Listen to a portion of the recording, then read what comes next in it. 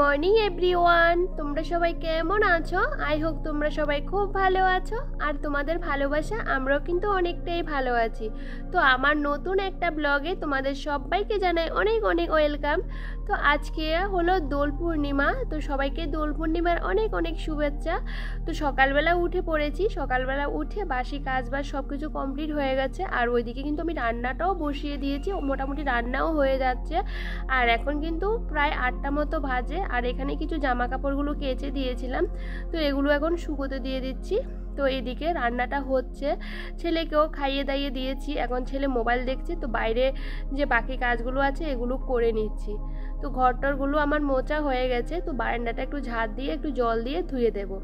কি বলতো, সকালবেলা উঠে আজকে রান্নাবান্নাও বসিয়ে দিয়েছি, যেহেতু আজকে একটু দোল পূর্ণিমা উপলক্ষে বাড়িতে একটু পুজো দেব।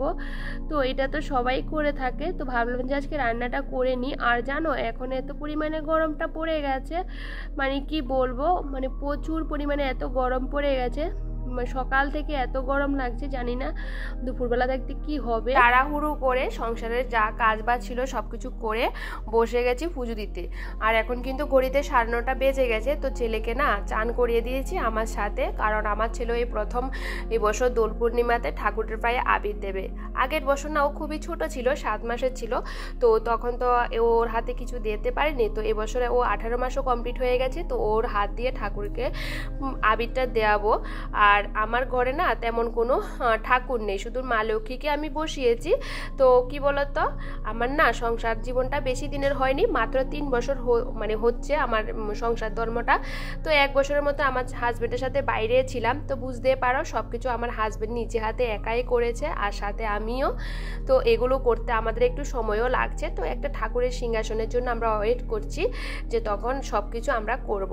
তো শুধু সেই জন্য আমি মা লক্ষ্মীকে আমার ঘরে বসিয়েছি। তো আগে মা লক্ষ্মীকে ঘরের মধ্যে পুজো দিয়ে তারপরে বাইরে চলে যাব। কি বলতো, আগে ঠাকুরের আমি সবসময় চেষ্টা করি যে ঘরে যাই আছে না কেন, যে ঠাকুর আছে না কেন, ওই ঠাকুরকে প্রথমে পুজোটা কমপ্লিট করে তারপরে আমি অন্য ঠাকুরকে পুজো করার চেষ্টা করি। তো দেখো, আমার ঘরে মা লক্ষ্মীকে পুজোটা দিয়ে আমি বাইরে চলে যাব। আর বাইরে প্রচুর গরম, মানে রোদ উঠেছিল, তো সেজন্য সব কিছু ঘরের মধ্যে রেডি করে বাইরে নিয়ে চলে যাব। আর দেখো, এখানে আমি ঘর সব কিছু রেডি করে নিয়েছি। আর এখানে জল মিষ্টি সব কিছু বাইরে ঠাকুরের জন্য সব কিছু রেডি করে নিয়ে তারপরে ওখানে যাব। তো এদিকে আমি মা লক্ষ্মীর পুজোটা দিয়ে দিই। আর ছেলেকে না একটা মোবাইল দিয়ে বসিয়ে দিয়েছি, আর না হলে ছেলে এসে খুবই দুষ্টুমি করে, কারণ ছেলে তো এখনও বোঝে না। তো কি আর করব, ছেলেকে নিয়ে একা হাতে আমার সব কিছু করতে কিন্তু অনেকটাই অসুবিধা হয়, তাও করার চেষ্টা করি। তো ঠাকুরের আশীর্বাদে এই পুজোটাও আমি সম্পূর্ণভাবে করতে পারছি। তো চলো দেখতে থাকো, আই হোপ তোমাদের ভিডিওটা খুব ভালো লাগবে। আজকের ভিডিওটা একদমই ছোট, সবার কাছে একটাই অনুরোধ করব, সবাই সম্পূর্ণ ভিডিওটা দেখার জন্য। আর দেখো, এখানে আমি সব কিছু রেডি করে নিয়েছি। এখানে 5 রকমের আবির নিয়েছি, 2টো বের করেছি, আরগুলো এখনও বের করিনি। ছেলে না এখানে আছে, খুবই দুষ্টুমি করছে।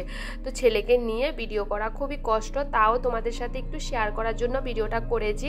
আর আমি না রোদের জন্য কিছু দেখতে পাচ্ছি না, যে ক্যামেরাটা ঠিকঠাক করে বসেছে কি না কিছুই দেখতে পাচ্ছি না।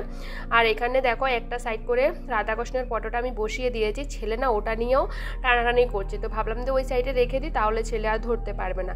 আর এখানে আমি একটা মাটি দিয়ে তুলসী একটা বেদির মতো বানিয়েছি, যে এখানে আমি পুজোটা করব। তো একটু আগে আবির দিয়ে দিচ্ছি। আর কি বলতো, আমার তুলসী গাছ না, বাড়িতে যে কাজ হয়েছিল না, অনেকগুলো তুলসী গাছ ছিল, সবগুলো তুলসী গাছ মাটির নিচে চাপা পড়ে গেছে, এখন শুধু এই তুলসী গাছটাই আছে। তো ওটাকে সুন্দর করে আমি বেঁধে টেঁধে দিয়েছি। যাই হোক, যেটুকু আছে ওইটুকু দিয়ে করার চেষ্টা করছি। তো চলো, তোমরা পুরো ব্লগটা দেখতে থাকো। আমাদের বাড়িতে এভাবে তুলসী গাছের নিচে এরকম আবির দেওয়া হয়। তো তোমরা কার কার বাড়িতে এরকম দাও আমাকে কমেন্টের মাধ্যমে জানিও। আর আমার বাপের বাড়িতে এরকমভাবে দেওয়া হয়, আর আমার শ্বশুর বাড়িতে এরকমভাবে দেওয়া হয়। আমি না ঠিক করে আবিরটাও দিতে পারছিলাম না, জায়গাটা না অনেকটাই সরু হয়ে গেছে। আগে তো এই জায়গাটা অনেকটাই বড় ছিল, এখন তো আমার বড় হয়ে যাচ্ছে দেখে অনেকটাই সরু হয়ে গেছে। তো দেখো, এদিকে আমি যেটুকু পেরেছি ওইটুকু কিন্তু সাজানোর চেষ্টা করছি। আর ছেলের জন্য সাজাতে পারছিলাম না, ছেলে না এই আবিরগুলো ধরার জন্য খুবই কান্না করছে।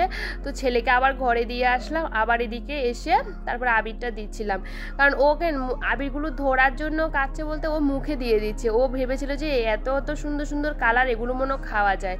ও বারবার মুখে দিয়ে দিচ্ছিল, তো ভাবলাম যে তাড়াহুড়ো করে ওটা সাজিয়ে নিই। অনেকটা ভিডিওটা লং হয়েছিল, কিন্তু আমি ওগুলো কেটে কেটে এতটুক করেছিলাম। তো যাই হোক, এদিকে আমি কোনো রকম কিন্তু এটা সাজিয়ে নিয়েছি। এখন আমি রাধাকৃষ্ণটাকে ঠিক করে বসিয়ে দেব।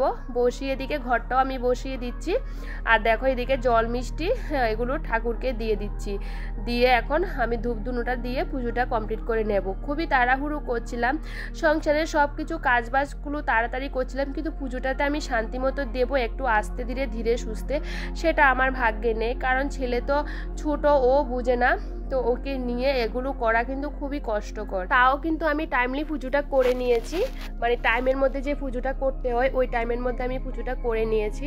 আর দেখো এদিকে আমি একটু গাঁদা ফুল দিয়ে এটাকে একটু সাজিয়ে নিচ্ছি। কি বলতো, এরকমভাবে বেশি একটা ফুল থাকলে না সাজিয়ে দিলে খুব ভালো লাগে। আর আমার না যে কোনো পুজো করতে ভীষণ ভালো লাগে। আর আমি পুজোটা না একটু ধীরে আস্তে সুস্থে, মানে ধীরে সুস্থে করতে ভালোবাসি আর কি, যে সুন্দরভাবে গুছিয়ে সাজিয়ে গুছিয়ে আস্তে ধীরে করব।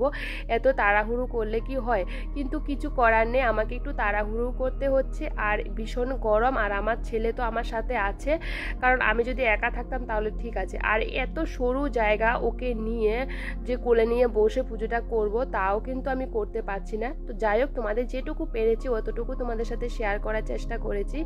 আর দেখো এদিকে আমি ছেলেকে একটু প্রসাদ দিয়ে দিয়েছিলাম, আলাদা করে রেখে দিলাম আর কি প্যাকেটের মধ্যে, যে ওকে দেব। না হলে ওই যে পুজোর থালাতে প্রসাদ দিয়েছিলাম না, ও ধরার জন্য খুবই দুষ্টুমি করছিল। ও তো বুঝে না, জানি না আমার ছেলে কবে বুঝবে। আর দেখো এদিকে আমার সব কিছু হয়ে গেছে। আর এদিকে আমি চলো পুজোটা কমপ্লিট করে নিই, আর তোমরা দেখতে থাকো।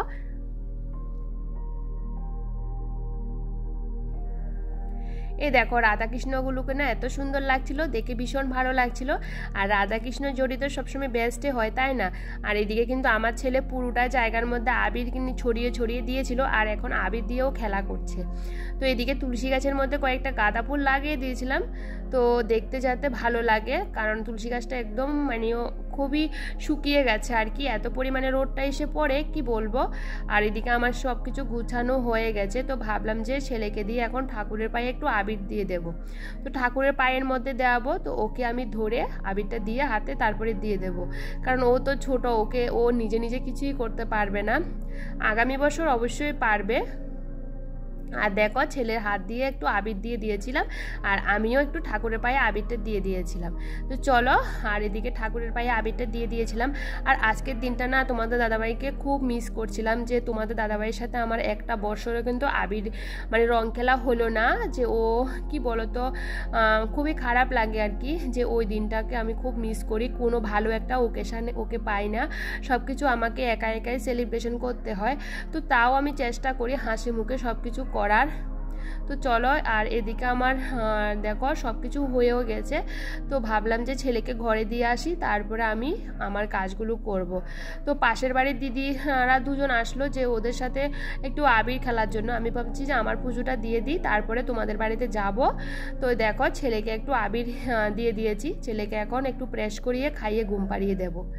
আর দেখো ছেলের হাতে আমিও একটু আবির মেখে নিয়েছি। আর এই বছর প্রথম ছেলের সাথে আমি আবির খেলা মানে ছেলেকে দিলাম, আর ছেলেও আমাকে দিয়েছিল। আর ছেলে কিন্তু ভীষণ খুশি হয়ে গেছে, আর খুশি হয়ে কিন্তু ও হাততালিও দিচ্ছিল। আর দেখো আমার ছেলে কিন্তু খুবই খুশি, আর ও কিন্তু এই আবিরগুলোকে নিয়ে নিয়েও মুখে দেওয়ার মানে মুখে দিয়ে দেয় আর কি। তো মুখে দিলে তো বুঝে না যে ওই অনেকগুলো কালার দেখতে পাচ্ছেন, ভাবছিল ও কালারগুলো মনেও খাওয়া যায়। তো ও দেখো ও আমাকে একটু দিয়ে দিচ্ছে, আর আমিও ছেলেকে দিয়ে দিচ্ছি। আর ছেলে তো ঠিক করে দিতেও পারে না। তো চলো বন্ধুরা, আর ছেলে কিন্তু খুবই খুশি, আর মানে আবিরটা দিতে পেরে ও কিন্তু হাততালি দিচ্ছে, তোমরা দেখতে পাচ্ছ। তো চলো বন্ধুরা, আর এদিকে ছেলেকে এখন একটু প্রেস করিয়ে খাইয়ে ছেলেকে ঘুম পাড়িয়ে আমি যাব একটু পাশের বাড়িতে একটু আবির দিয়ে আসবো। চলো আজকের ব্লগটা এখানে এন্ড করে দিচ্ছি। যদি ভালো লেগে থাকে প্লিজ লাইক করে দিও আর কমেন্ট করে দিও। চলো নেক্সট ব্লগে দেখা হচ্ছে, ততক্ষণ তোমরা সবাই খুব ভালো থেকো, সুস্থ থেকো আর সাবধানে থেকো। সবাইকে টাটা, বাই বাই।